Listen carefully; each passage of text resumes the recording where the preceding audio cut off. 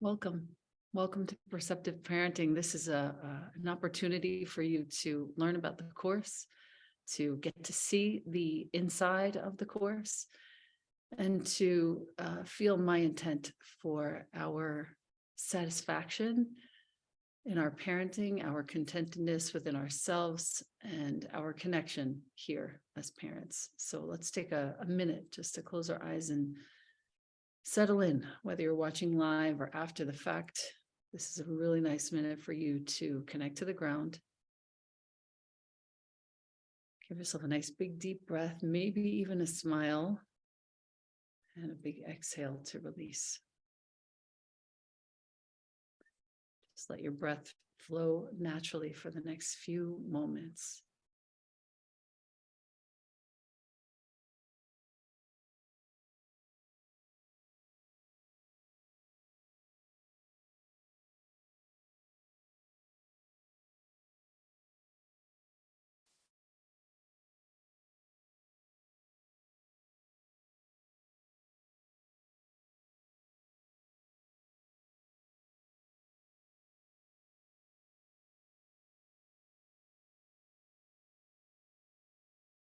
On the next exhalation, you can gently begin to blink your eyes open, give yourself a little smile,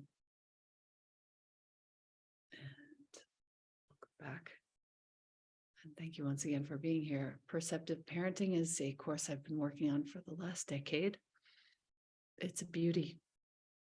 I'm very touched by it. I'm very proud of it. And I'm actually nervous, which is rare, to share the contents with you. It's very close to my heart. The first thing I did when I was planning this course, I started when he was about 5. He's now 16, Jonah.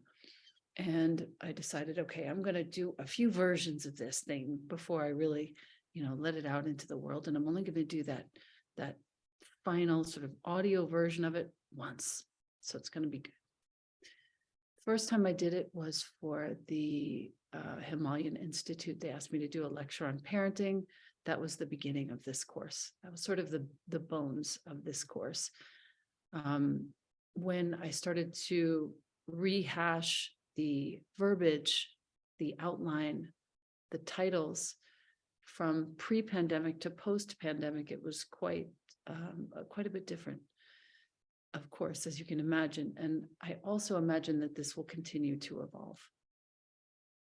Here's what you will get as a student of Perceptive Parenting.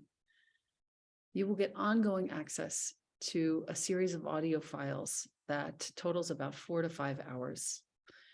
These audio files are divided up into 4 modules.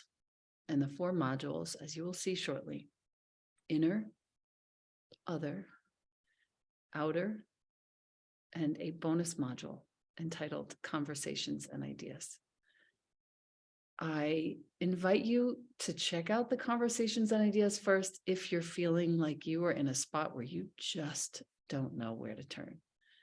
Whether your child is 3 years old or 13 years old or 23 years old, the content in this course will serve you. And there are ways that you will start to notice your intuition kick in. There are ways that you can take an example, say, that was from when Jonah was a toddler, and apply it to an older kid really easily. Some of this you may find intuitively applies to your partnership as well.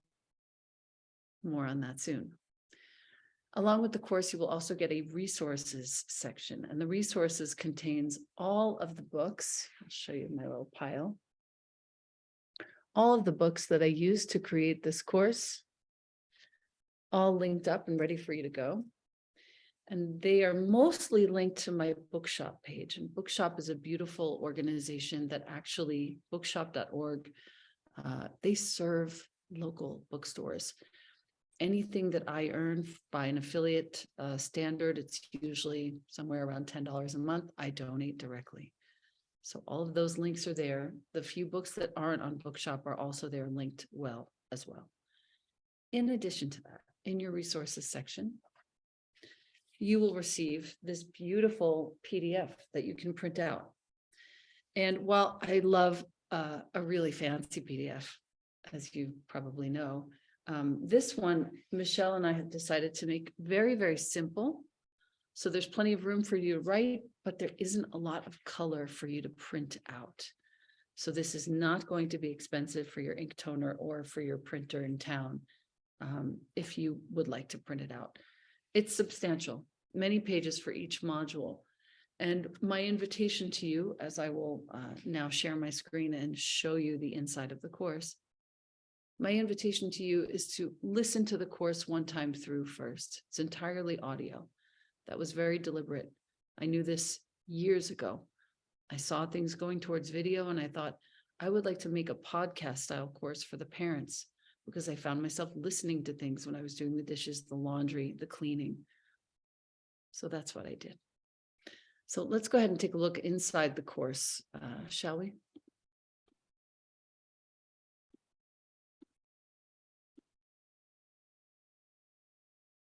Here we are.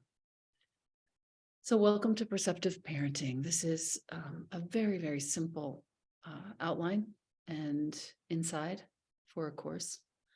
Some of my courses are a little more ornate and complex. This is super, super simple. Here's the introduction. Here's where you can download your guidebook that I just showed you.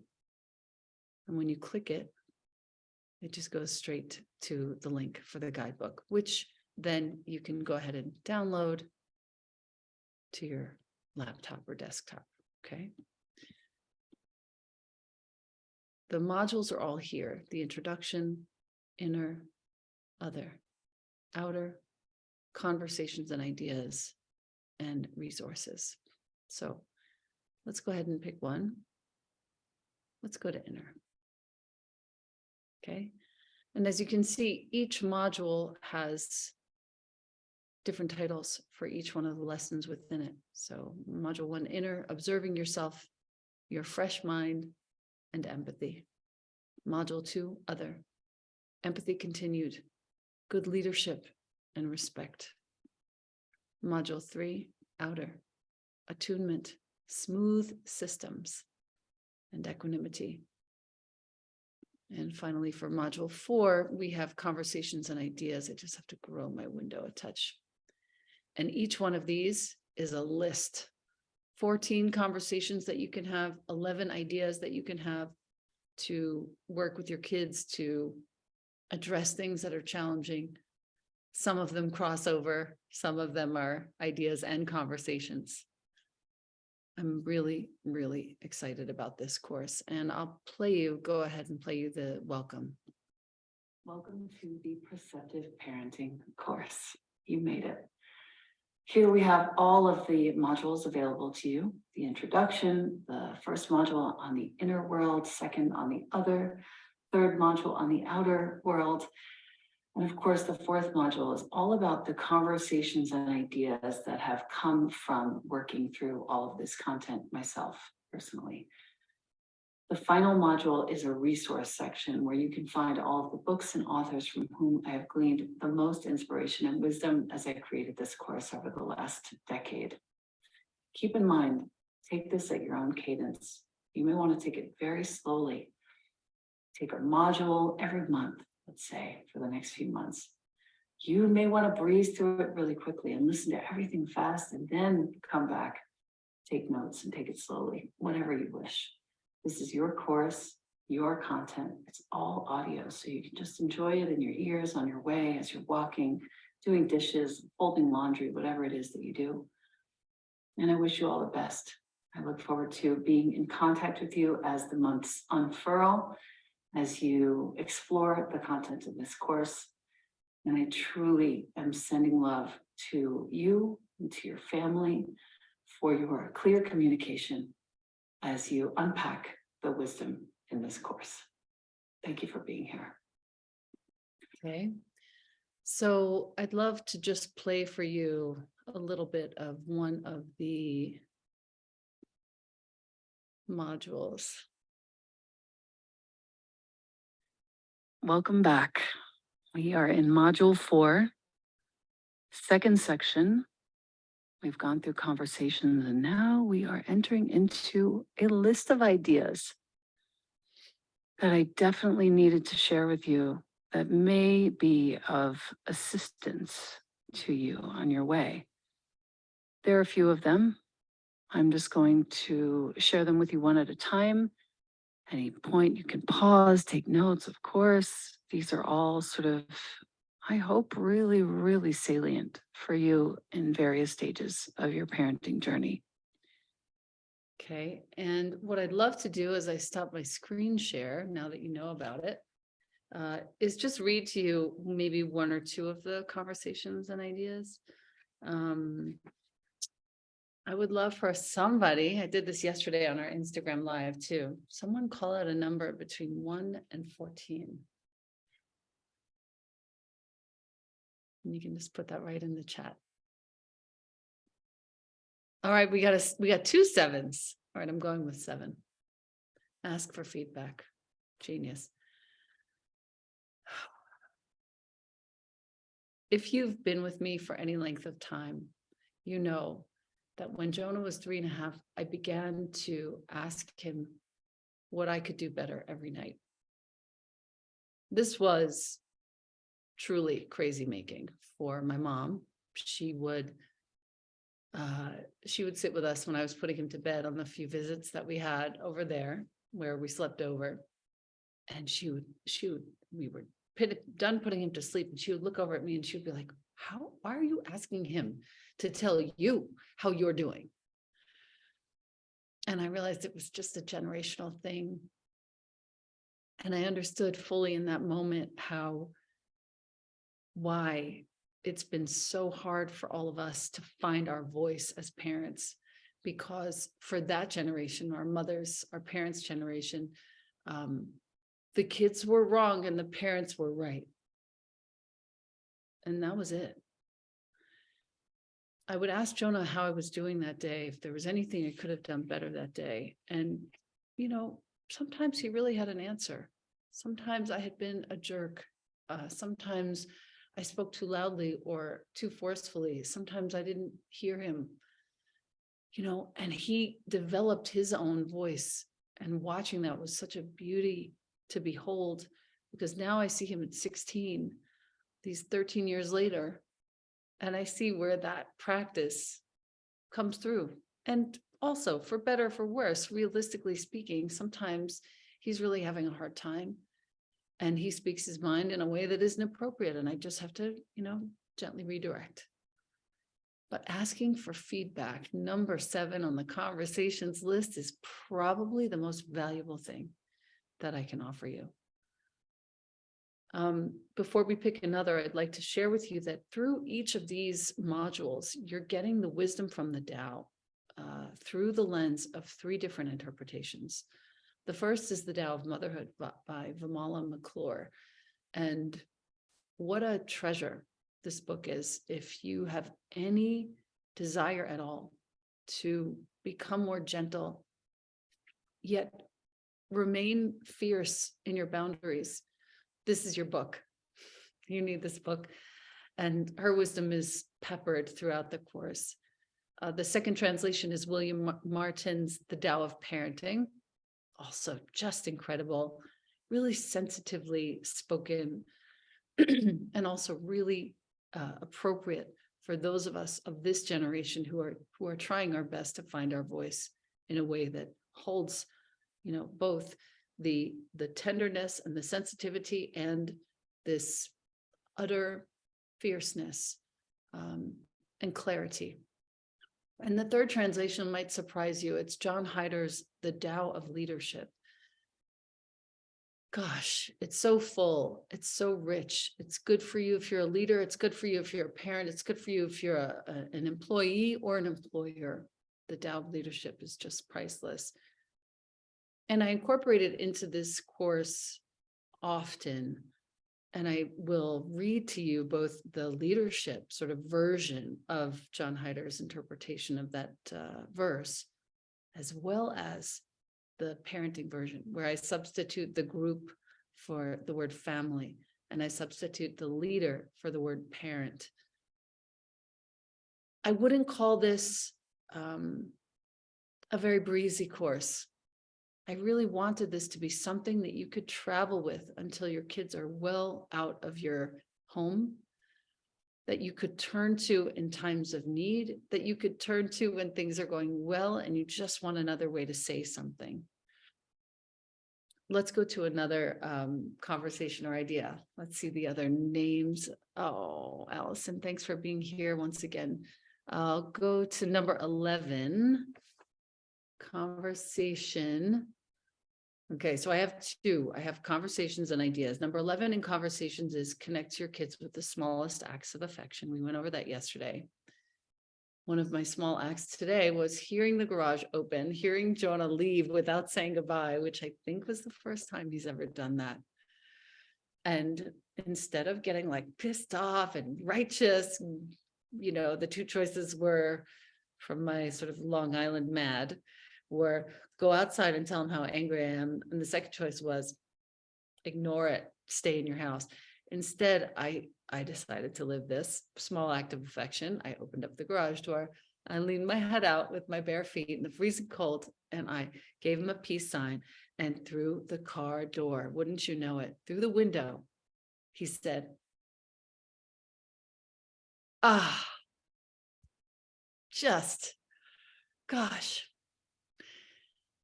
So that's the smallest acts of affection. And actually, number 11 in ideas is stifle or support. And I put that into use today too, because as I was straightening up his room after he left, which I love to do, and I don't think that that is a disempowerment. I like a neat room. And because I've been straightening it and sort of, you know, tidying it up after he leaves for so long, now he's much tidier. And I didn't have to say anything. But to the tune of stifle or support, I can't share this publicly because it's a personal matter, but I'll share the details that I can share. This morning when I was cleaning up his room, it's not drug related, by the way. I found the evidence of something very tender and quite serious with regards to him and his lady friend. And instead of stifling and being upset or angry or disappointed or any of those things, I decided to be extraordinarily supportive. And this is when I decided that I'm in love with texting with teenagers, because it's one way that we can talk to them without having to worry about all this fraughtness. And I reached out and I said, no questions asked. Here's what I observed. Here's how I'm going to support that. And here's what you can do. And it was beautiful. He wrote back, thanks, I really appreciate it. So cool. Just so cool. Number 14 is apologize. We talked about that yesterday also over there on my live on Instagram. I'm going to pick one more for you guys. Share your missteps, your solutions, and your healings. Number 3 under conversations. Similar story to what my mom was so surprised when I would ask him for feedback when he was so little. Sharing my missteps has been nothing but beneficial to this child, to this person, to this adult man. He's 6'2". He's very comfortable, for the most part, sharing what is hard, because I have shared what has been hard for me. I shared my recovery journey with him. I'm now 8 years sober. I shared hard times with his dad, and not oversharing, but I would always be very happy to share with him all along the way the things that I know that I did wrong. And in conversations that go awry, when you've said something you regret, your child has said something he regrets or she regrets or they regret, and there is no way forward from that point, guess what your job is as the parent? My job is to be the first one to share the misstep that I took, to share my apologies, to share my forgiveness, and to move this train along. I can't wait for the kid who has only been on the earth 8 years, 14 years, 16 years to apologize first, but I can do it. I don't have pride anymore. I have clear communication as my priority. So that's one that I also wanted to share. Ideas for number 3, I put invite boredom. I know this is so hard. I did it at many turns in the road. Sometimes I caved and I didn't. But inviting boredom is not just for you, and it's not just for the kid, it's for everybody in the house. When you invite boredom, you'll find yourself cleaning and cooking together and doing things together that you wouldn't have done. It's not an easy invitation, but it is one that I have found to be extraordinarily helpful to me and my family. So I wanted to stick to under 30 minutes to introduce you to the course, to the content with some clarity. I would like now to turn my attention to your questions. If you have them, please feel free to put them into the chat or into the Q&A, and we'll stay here for another 10 minutes, and then I'll let you be. I want to thank you for being here. Any questions at this point? And then I think I might give you a prompt from the inner module before we part ways. The cost of the audio course is $249. Oh, a lot of people were sort of berating me that it should be more expensive. It's a life's worth of work. It's many hours of content. And I really do feel it will inspire and incite your intuition as a parent in a really nice way, in an important way. It's unlike any other parenting course I've ever seen. If you have any financial restrictions whatsoever, please don't hesitate to email me, info@elenabrower.com, and you and I can talk about you getting access. Money should not be a factor to your access here. You may give this to other people, and parent anger is something that I address with my own examples at several points throughout the course. LTH, if you would like to ask a question here regarding anger, something specific, you may, and I will give you one of my personal examples. Jenny, you've started the class and you're tempted to move too quickly. I don't think there's too quickly. As I said in the introductory video, I would recommend that you actually breeze through all of the content, listen to all of it through, and as quickly as you like, then go back and bring together your mind with the content through the PDF.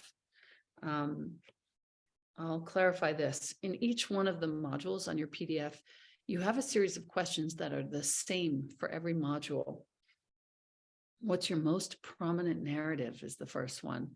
The story you're telling currently regarding this module's topic. I suck at this.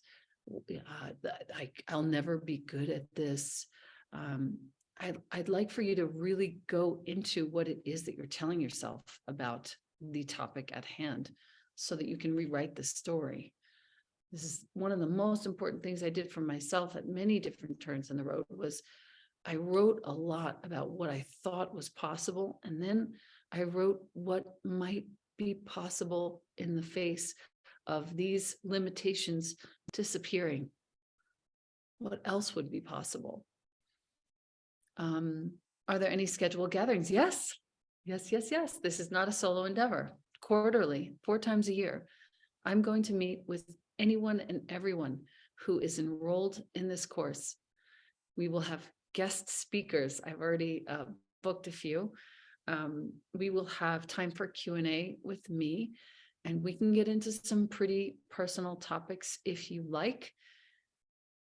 And I look forward to those so much. The first one is going to be, I believe, in late December, right between Christmas and New Year's, so that you have a ground to fall into after the holidays. I will be sure to send that date and to post it within the course portal as soon as we've nailed that down.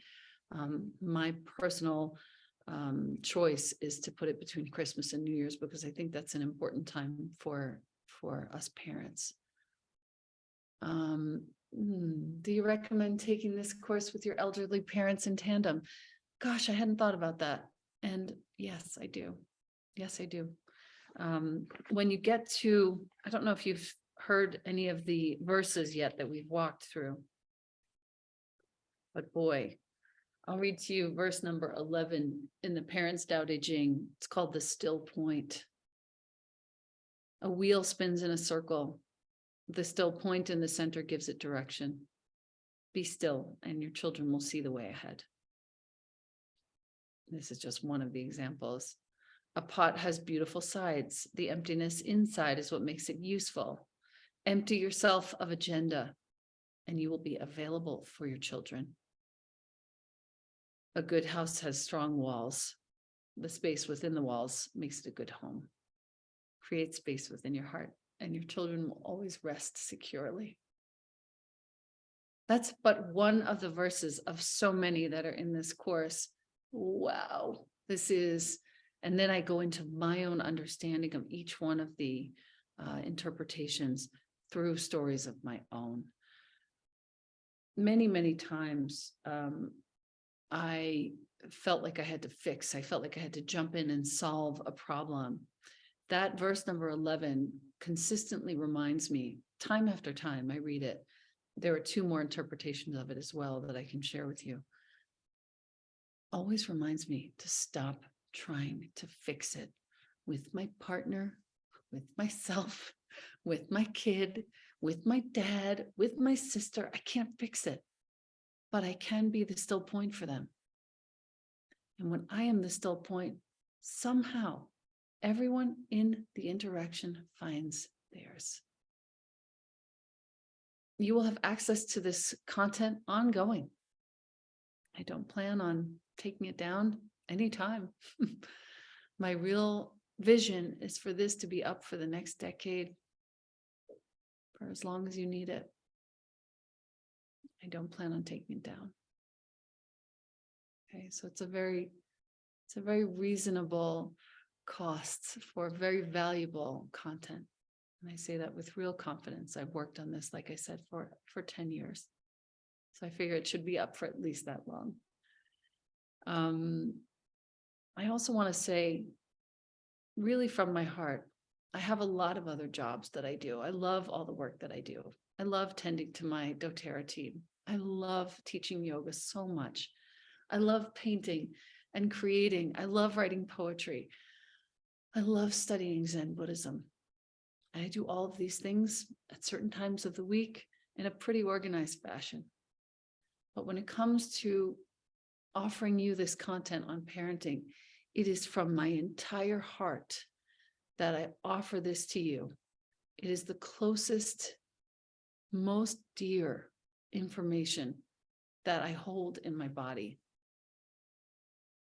And I truly hope that it reaches you with the clarity and the love that it is sent and transmitted to you. If there are no other questions, it is available now, LTH, and I will give you the link right here, lenabrauer.com/parenting is the link. You can just go there right now and check it out. If there's any question that you have any hesitation, like I said, any financial restraints, don't hesitate to reach out. A couple more questions have come in. Jenny Shea, thank you. I feel you. I see you there, and I thank you. Please don't hesitate to reach out. There's one last offering that I would like to make.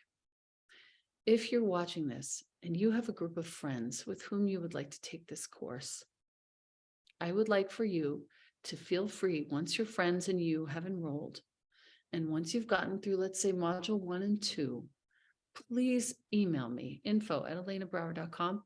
I will come and talk to you and your friends privately. My gift to review the course and answer any questions that you may have. This is an ongoing, endless offer.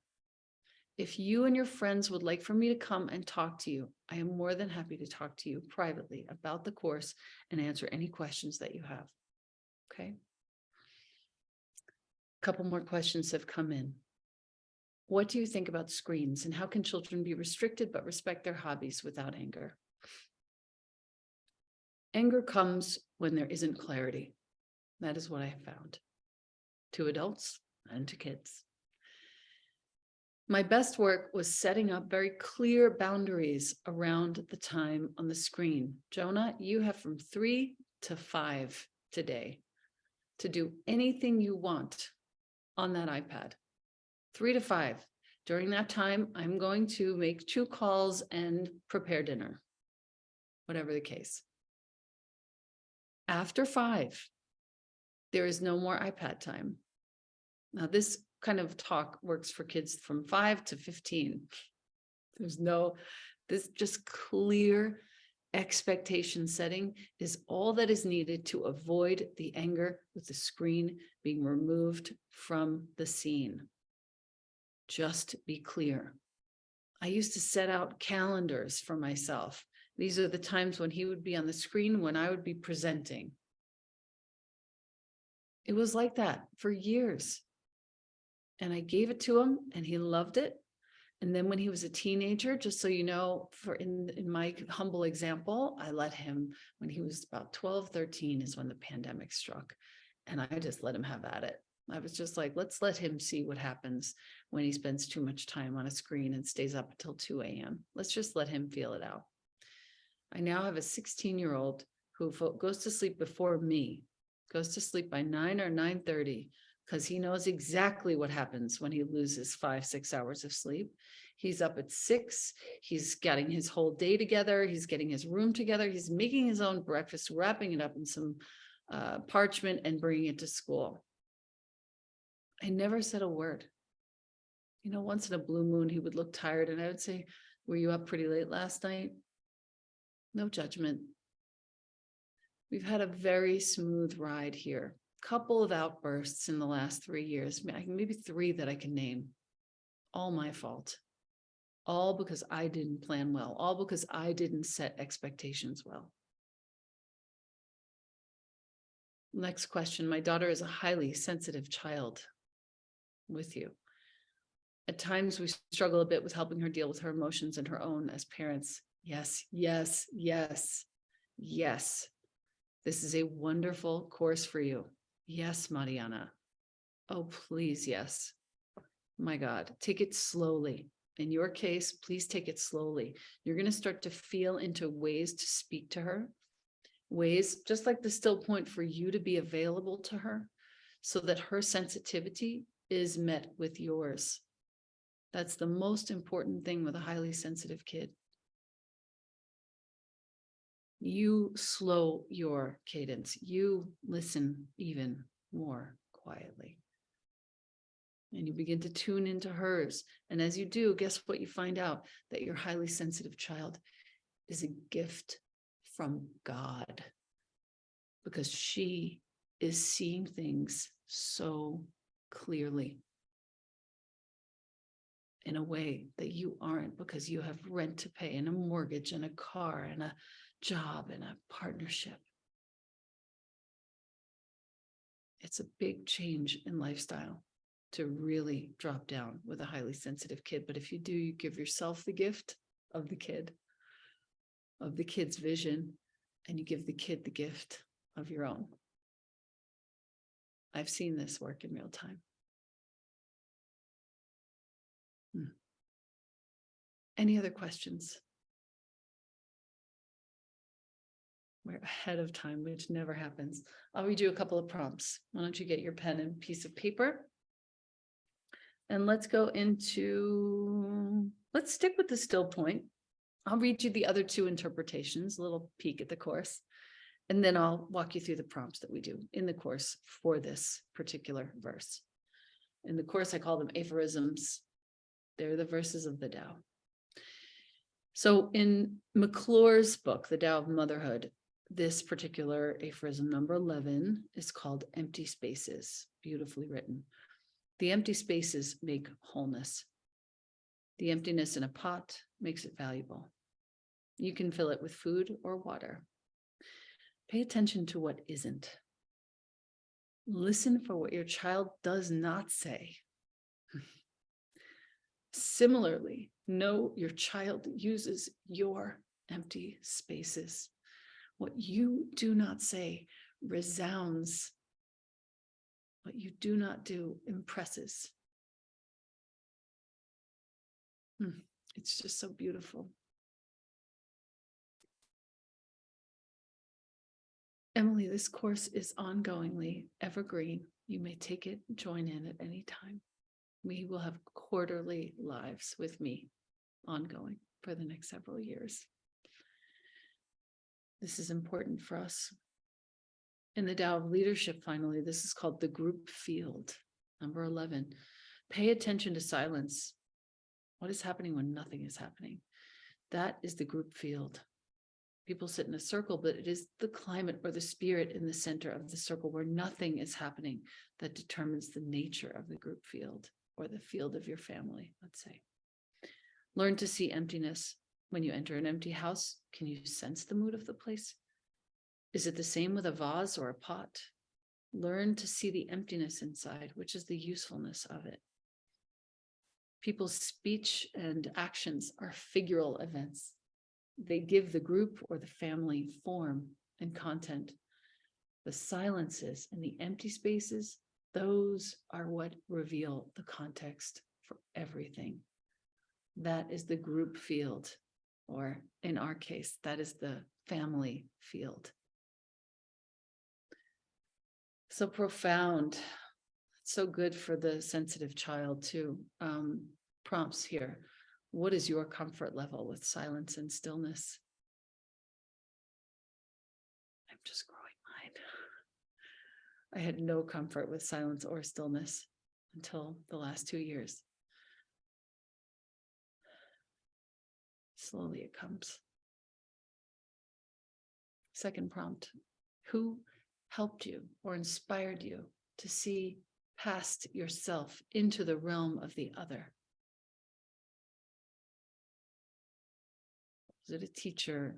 Is it someone in your current life right now who's helping you to see past your own needs into the realm of some level of service that you're offering, be it your kid or your ailing parent? Third prompt, sort of 2B, let's say 2A. Did this understanding come to you through a positive or a negative example? This learning how to be of service. Did it come to you through a positive or a negative example? And without the teaching on empathy that I offer earlier in this particular module, can you see the correlation and the connection between emptiness, silence, and empathy?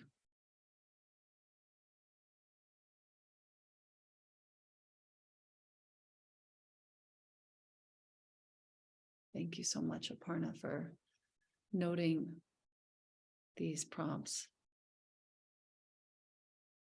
And Francine is asking a question to me, struggling with having conversations with your 17-year-old. She gets angry and shuts things down almost immediately. Okay. I have had that happen. Before this morning's discovery, I didn't really understand why Jonah was being quite chilly with me for the last couple of days. And now I understand he was just having a really hard time. What I would do is just leave your daughter a note or a text and just say, hey, totally understand that you don't want to speak right now. What I would love is if when you get home, you come in and you just say, hello, tell me how your day was, and then be on your way. Or whatever it is that you're wanting from the interactions with your daughter. Maybe it's that you would like for her to join you at dinner, and that's all you're asking. Maybe you can ask her if there are certain topics that she would rather not speak about, in which case you will respectfully avoid those topics. One of the most important things that I have initiated with Jonah is to speak to him as though I were speaking to, and I know this sounds crazy, as though I were speaking to somebody who was employing me. So with that level of respect and care, That has been my work for the last year. Jonah, with all due respect, we need to get this, and this done. By when can you handle that for me? This is the way I would speak to somebody who was employing me or somebody whom I was employing, with total dignity. So there's none of the that face that I want to make when I'm like pissed off. There's none of that. This is another person. Long time ago, you chose to say yes when you were having sex. And now this person lives in your home, under your roof. And I don't mean to be a jerk when I say this, but I did that. I did this. And now I'm going to give this person the respect that I can offer.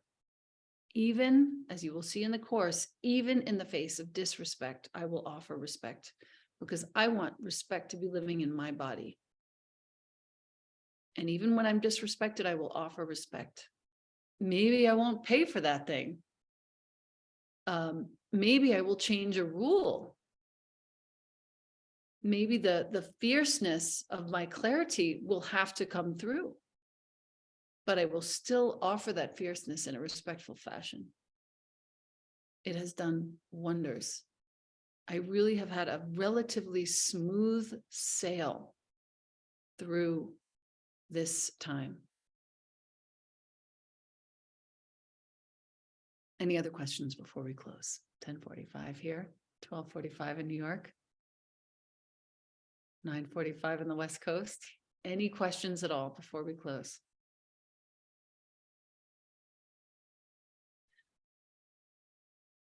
Thank you so much, Francine. I hope that was helpful. Anytime you need to get some more clarity, you can always reach out to me. Your questions are going to help me fashion the live gatherings 4 times a year here. I'll probably send you guys a survey at certain points so that your questions can come directly to me and we can incorporate those into the gatherings as well. I want to say one last thing, actually. I do have a question. Do you address how to move through parenting when your partner parents differently? Yes, yes, yes, yes, yes. That was very important to me. There are a few examples of this. I had to do this actually in some way. It wasn't too dramatic. My son's father is a phenomenal dude. There were definitely differences in how we parented at certain stages. And I'll answer this briefly, Jackie, before I give you my closing thoughts. If you have either a co-parent or perhaps an ex with whom you're co-parenting who doesn't parent in the same way that you do, it's a very simple conversation. It's very clear, and you'll likely have to have it a few times. I recommend having it at bedtime when everything is quiet and the emptiness is there. Ask a few questions about how it's different. How is it at your dad's house this time of the day or that time of the day? Get a few answers, get some information going, be very dignified, very even in your mood. And then you can offer the following, something like, so in dad's house, that is perfect. That's exactly how your dad wants it in his home, under his roof, when he's here, when he's in charge.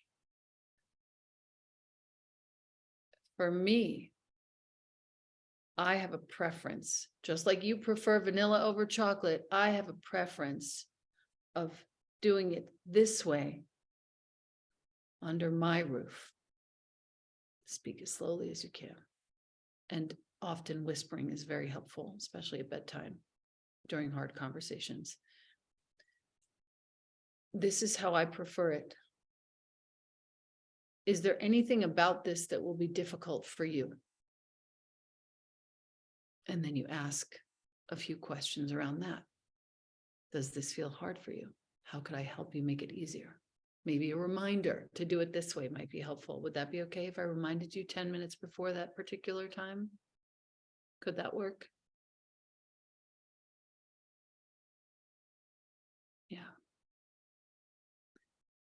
Leah, you're a teacher and your daughter's 30. You may find it interesting to go through the content, feel into the conversations, not just the ones that are in module 4, but throughout the course that might initiate a conversation with your adult daughter about how things went when you were both younger. It might bring you closer. Maybe.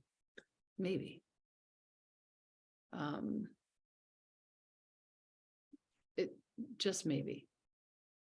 Jackie, do you feel like that was helpful? I'm hopeful. Very awesome. Awesome. You didn't see her comment, everyone, because she's texting just to me, and so is Leah, but great. All right. My closing thought is this. This is what I thought about when I was doing my practice this morning. This is not a splashy, big, loud course. This is a quiet stand for you as a parent to have a place you can go when you cannot get through it, to have conversation that you can have very intimately in your ears with yourself and with me that will hopefully offer you tools and tips and even tricks to get you through the hardest moments of your parenting. And this way you can emerge on the other side and feel that you have had a relatively smooth experience. I hope that this course feels like a support system for you. And I thank you so much for being here. Any questions, info@alenabrower.com. It may seem like I'm very busy. I do not have an assistant on my email. I will answer your email personally and make sure that your question gets answered so that you feel comfortable entering into the course, or perhaps not. Okay. Thank you, Aparna, for posting the link and also my email once again. It is a huge privilege to finish this and to put this together and to now be just really taking the first steps with you. I am here for you, and I really sincerely hope that you enjoy and find this deeply valuable. Thank you so much for being here today. Thank you for watching.